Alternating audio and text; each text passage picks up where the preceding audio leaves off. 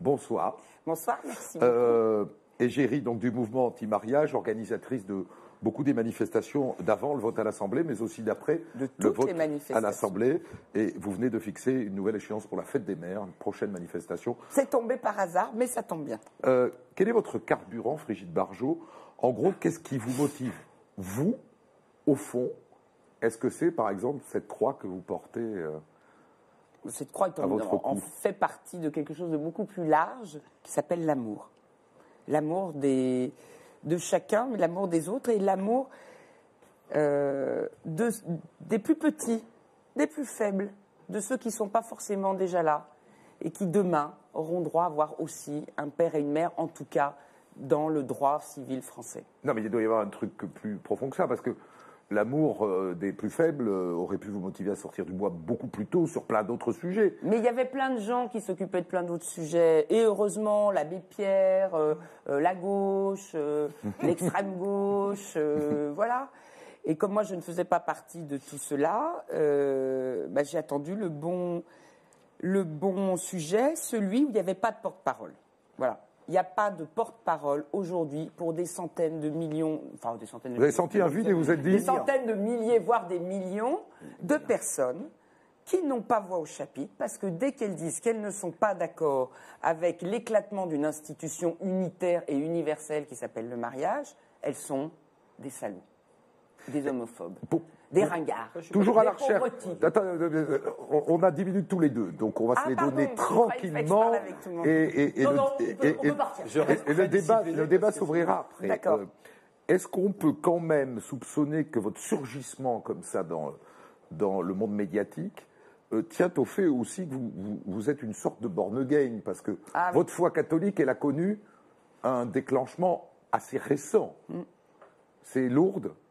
Pas seulement, non. Lourdes en 2004.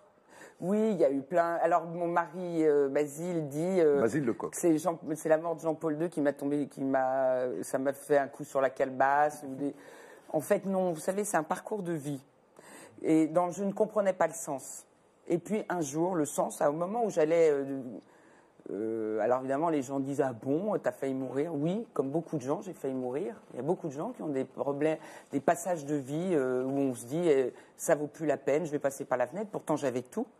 J'avais mon mari, mes enfants, je passais un peu à la télé, on me reconnaissait un peu dans la rue, un petit peu.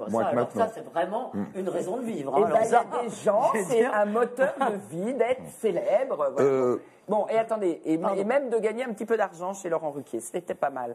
Eh bien, j'avais tout et j'avais rien. Et puis un jour, je me suis dit, c'est plus possible, je sais plus où aller. Et j'ai été rattrapée par l'amour. Voilà.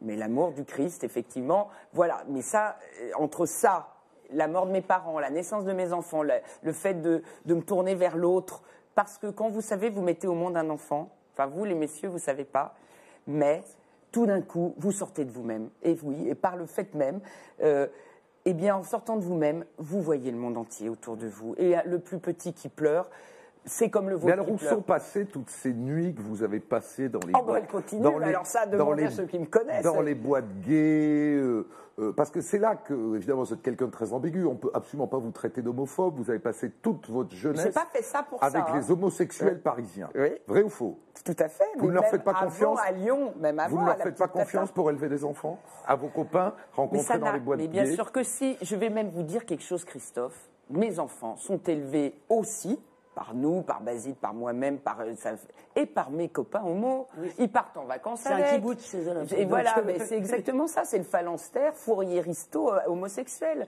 Donc, vous savez, c'est pas du tout là que se pose le problème. D'ailleurs, je vais vous dire, le problème, c'est pas l'homosexualité. Le problème, c'est de savoir aujourd'hui comment on conçoit ce qu'il y a de meilleur dans la conception sociale entière de notre société pour faire venir les générations à venir. Et qu'est-ce qu'il y a de mieux pour un enfant? Ça ne veut pas dire comment, s'il est bien, de fait, bien ou mal élevé par ses parents qui peuvent être des monstres et que deux autres seront des anges. Mais alors, admettons que vous soyez... C'est la filiation qui est importante. Que vous soyez néanmoins une fille formidable. Vous fédérez des gens qui cassent du PD. Non, justement. Bah si. Ah non. Alors là, permettez-moi de vous dire, cher Christophe, que si j'ai bien aujourd'hui une seule fierté, c'est que toutes les manifs que nous avons organisées, depuis le 17 novembre, où je peux vous dire que personne ne voulait y aller, c'est pas Thierry qui va me contredire, aucune asso, aucune paroisse, puisque personne ne voulait mettre sur le tapis un parcours d'enfer à Invalides, parce que sinon, qui y avait en face? Eh bien, il y avait Civitas, imaginez-vous. Alors, là, on a pété la gueule des Femen. Chez nous, jamais. On a eu 200 000 personnes qui sont venues. J'avais déposé sur mon nom, toute seule, Virginie Télène, mais ils s'en foutaient de savoir si je m'appelais Brigitte Bardot, et le préfet de police. Ils voulaient juste savoir qui allait prendre la responsabilité de mettre des gens dans la rue. Eh bien, ils sont descendus dans la joie, avec leurs enfants. On a chanté. Il n'y a pas des fois, dans les défilés, vous croisez des gens, vous vous dites, oh, cela... C'est quelle mauvaise pub pour notre mouvement. Mes chers amis, attendez cela, je leur dis, effectivement, vous aimez les homos, vous les aimez pas, vous partez. Voilà, et ils s'en vont. Et c'est ce qui est en train de se passer encore aujourd'hui. Voilà. Alors, il n'y aura pas un homosexuel sur lequel on tapera venant de chez nous. Bon, ben, je crois qu'au point où on en est, on peut élargir. Alors, non, mais vous m'avez bien entendu. C'est très important ce que je suis en train de dire. Très important. Nous avons eu les plus grandes manifestations depuis 30 ans. Où il n'y a pas eu le moindre débordement. Les seuls débordements qu'on a vécu le 24 mars. Oui, bah oui.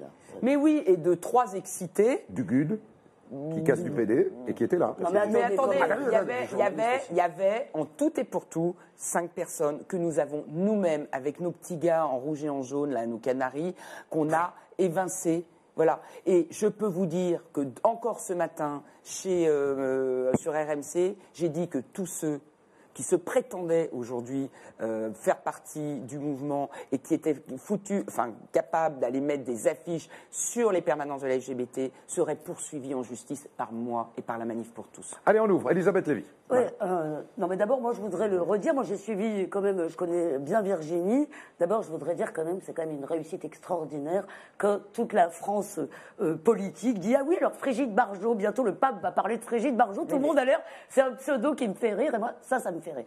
Mais je voudrais dire que c'est vraiment grâce à elle, moi j'ai suivi leur réunion, c'est quand même une mobilisation du peuple catho, je veux dire de droite, de gauche aussi, mais je veux dire, à la base, il n'y a pas que, mais c'est la base, les paroisses qui sont mobilisées. C'est grâce à elle, vraiment, que ce mouvement, dès le départ, je veux dire, a pu se distinguer, mais de façon claire, de toute homophobie. Et d'être envoyé sans cesse, si vous voulez, de la même façon que quand dans une manif de la CGT ou de n'importe quoi sur les retraites, en fin de manif, quelqu'un casse la gueule à quelqu'un d'autre, ou dans toutes sortes de manifs, on n'incrimine pas l'ensemble du mouvement. Or, depuis le début de ce mouvement, il y a quand même une tentation dans le gouvernement qui est de criminaliser son opposition. Et maintenant, c'est pour ça que je disais, ça rappelle un peu Marcelin, c'est-à-dire tous les autres sont des voyous. On vient de voter une loi d'amnistie sociale, sur laquelle on a discuté d'ailleurs dans cette émission, où on estime que pour défendre certaines opinions, il n'était pas très grave de se livrer à des déprédations de biens. Non, il faut être honnête, les agressions contre les personnes, et heureusement, ne sont pas couvertes par l'amnistie. Il est clair que l'agression de ce jeune homme, je veux dire, qui a, comme dit, doit être sanctionnée avec la plus grande fermeté. Mais si on recommence, mais c'est pas dans une manif, hein. Non, mais si vous voulez, à part ça, on met tout dans le même sac, c'est-à-dire des gens qui ont été dans une réunion publique. Non mais, depuis que la France est la France, excusez-moi, des gens qui vont dans les meetings. Moi, parce que je me permets de poser ces questions-là parce que parmi les anti-mariages, j'entends beaucoup de gens qui sont juste homophobes. Pardon de le, je suis absolument certain parce que je les entends le dire. Vous voyez ce que je veux dire? Eh bien, ceux-là, encore une fois, ils n'ont pas leur place. Je vais vous dire, non seulement ils n'ont pas leur place, mais vous savez, on fait une pédagogie incroyable. Et aujourd'hui, nous luttons plus, nous, contre l'homophobie de certains milieux, effectivement, où l'homosexualité, il ne fallait pas en parler, nanana, on les planquait et tout ça. On est en train de leur apprendre à découvrir et à accepter et apprécier les homos. Contre l'homophobie. Alors, j'ai demandé ce matin, j'ai appelé Nicolas Gouguin et Wilfred, je lui ai mis un message en disant, je suis vraiment, mais la première à ne pas supporter ce qui peut se passer comme ça. Et je n'ai pas demandé pardon parce que je ne suis pas responsable, mais ceux qui ont fait ça sont dégueulasses. Une part de responsabilité. Non. Monsieur Wilfred ne me répond pas, et Nicolas Gouguin, quand je lui dis je veux venir avec mes copains, parce que j'ai des copains d'Act Up on discute, on n'est pas d'accord sur une partie de la loi, mais sur l'union civile évidemment, eh bien ces gens-là me disent viens Frigide, on va faire une déclaration contre l'homophobie ensemble, ils veulent pas que je vienne. Karim Zerebi. Il y a deux choses qui me gênent. Vous avez fait état d'un rapport de force, indéniable. Quand on est démocrate, à un moment donné, on fait tout pour faire entendre sa voix. Bien sûr. Mais quand la démocratie indique que dans les instances où on est censé prendre des décisions dans notre République, les décisions se prennent, en tant que démocrate, on continue. Et là, j'ai l'impression que vous êtes dans une forme de jusqu'au-boutisme qui, moi, ne me gênait pas du tout au départ, parce que je pensais effectivement que vous aviez raison de faire entendre une frange de la société française, même si je n'étais pas d'accord avec. Mais là, je me dis, mais jusqu'où? Vous allez faire quoi? Je veux dire, à un moment donné, l'Assemblée nationale valide, le Sénat valide. Qu'est-ce que vous pensez quoi? La renverser la République? C'est la première chose qui me gêne. Deuxième chose. Renverser la loi. Laissez la répondre. Attends, oui, non, mais c'est important. Je vous réponds juste sur ce point. Le problème, cher ami, c'est pas une histoire de gouvernement ou de politique. C'est un problème de conscience. Je n'ai pas eu le temps de vous expliquer en quoi c'était très grave, cette loi. Cette loi, elle change la filiation humaine. Elle ne dit plus... Mais oui, mais une majorité à l'Assemblée nationale et au Sénat a décidé de la changer. Mais non, mais je suis pas... Mais non, mais le problème, ça s'appelait engagement numéro 31. On a eu la loi Taubira qui est arrivée le 20 septembre. On l'a lu, tous les bras sont tombés des mains. Je veux dire, demain... Attendez, je termine juste. Parce que ça, je ne sais pas où est la caméra... C'est ça qu'il faut que les gens... Il y en a partout. Ah bon, d'accord. Alors, c'est ça qu'il faut que les gens comprennent. Par le fait même de cet article 1 qui vient d'être voté au Sénat en termes conformes, on ouvre une adoption plénière, c'est-à-dire qui transfère le lien de parenté biologique sur un couple qui était l'homme et la femme, puisque c'était l'essence du mariage pour la procréation, comme si on procréait ensemble. Or, cher ami, deux hommes ne peuvent procréer ensemble. Ah bon?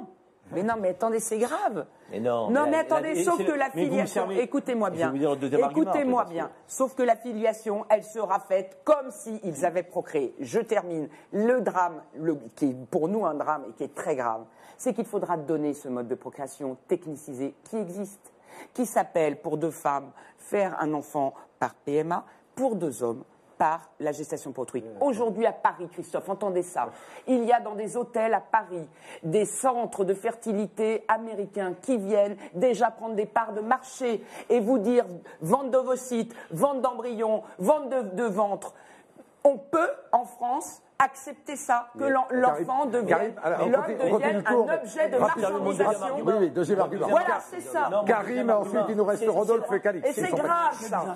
Avant d'ouvrir aux autres. Excusez-moi, c'est là où je suis gêné. D'abord, parce que votre jusqu'au boutisme donne le sentiment, vous écoutez, donne le sentiment que la famille traditionnelle est tout d'un coup mise en danger. Et moi, non, la famille traditionnelle est mise en danger. Vous laissez presque entendre ça. C'est pas parce qu'on a ouvert le droit au mariage pour tous que la famille traditionnelle est en danger. Ne laissez pas entendre ça. Et aujourd'hui, mais parce qu'on n'est pas sur PMA et GPA là. Mais non, les choses ont été dissociées. Rodolphe et Calix n'ont pas parlé encore. Je suis d'accord pour dire qu'il y a une grande dynamique, mais cette dynamique n'est pas, semble-t-il, que du conservatisme. Et là, je rejoins Frigide. Pourquoi? Parce qu'on nous rebat les oreilles dans tous les débats sur le principe de précaution. Or, voilà une histoire quand même qui est d'une gravité essentielle, parce que ce mariage, c'est logiquement le premier pas absolu et automatique vers une nouvelle filiation. C'est ça le problème. Alors moi, je veux bien qu'on me raconte tout ce qu'on veut, mais ce que je dis, c'est qu'à partir du moment où on inscrit le principe tel qu'il est marqué, on va arriver, mais je partage à 100% l'avis de Frigide sur ce point, sur la GPA, et la PMA, parce que ce sera la logique. Alors on me dit, c'est pas le débat. Parce que peut-être pas sous Hollande, mais c'est la logique. Et on est quand même. Dans 10 ans, on nous dira, il y a 40 000 enfants nés par GPA, il faut faire quelque chose. Moi, je voulais d'abord saluer cette femme. Pourquoi? Parce qu'elle est extraordinaire. il n'appartient pas à tout le monde de pouvoir faire se lever des centaines de milliers de personnes. Parce que quelquefois, j'entends des choses sur elle dans la presse et je me dis, mais... On n'avait pas vu ça depuis Jésus-Christ. Non, mais elle est extraordinaire. Elle est extraordinaire. C'est une femme exceptionnelle. Il faut aucun moyen, quand même. Non, il faut le dire. Bon. Ceci étant, moi, par exemple, je suis beaucoup plus tolérante sur le mariage. Mais son mouvement m'a fait prendre conscience d'une chose, c'est que tout le monde n'était pas d'accord avec moi. Et je me pose la question de savoir, parce que ce ne sont pas seulement 1 million, 2 millions, 3 millions de personnes, hein, elle doit représenter beaucoup plus que ça. Sûr.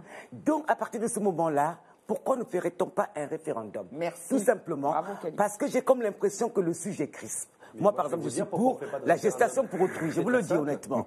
Mais je pense qu'il conviendrait de faire un référendum.